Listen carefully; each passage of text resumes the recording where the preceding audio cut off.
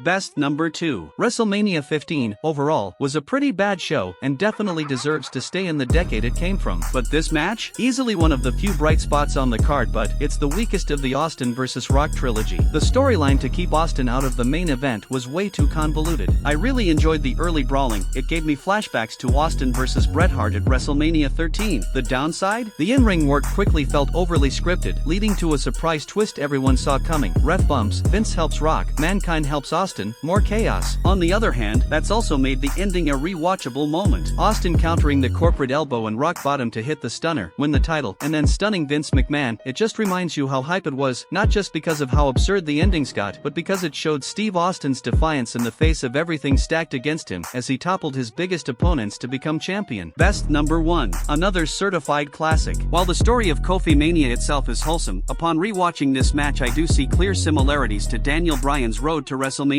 30. Both were talented in-ring competitors who weren't initially chosen to be world champions. Only after their popularity with their respective fan bases led WWE management to change course and capitalize on them did their pushes begin. They each dealt with an authority figure who labeled them B+ players, and I loved the nice touch when Bryan went a step further and called Kofi a B+ player as well. Finally, after running the gauntlet, they secured their places in the championship match at WrestleMania. And that's pretty much the story. As for the match itself, it was definitely one of the stronger bouts on the WrestleMania 35 card. It ran at a slower pace, which, sure, they could have kicked it up a notch, but I get why they didn't. For Bryan, he's arguably the finest technical wrestler of the modern era, and he showcased it perfectly. But it was just as much Kofi's moment. After being screwed left and right, his persistence finally paid off, and it was time to soak in the hype. Above all, it was a triumph for the fans who sparked Kofi Mania and everyone backstage who backed him on his journey to this match. They delivered crisp sequence spots and solid back and forth action, with good technical wrestling by Daniel Bryan and Kofi gradually adapting to keep up with him. Yes, there were a few awkward moments, like Bryan taking a botched yet brutal-looking stomp, but they still preserved the match's momentum. The match eventually turned into a slugfest, with Bryan doing everything he could to put Kofi down with the running knee, and vice versa, leading to even more near-falls and submission attempts. It finally ended when Bryan hit the running knee and locked in the yes lock. Kofi broke free, overpowered Bryan, and landed one more Trouble in Paradise to seal the deal and win his first ever WWE Championship after 11 years. Seriously, you need to rewatch this one.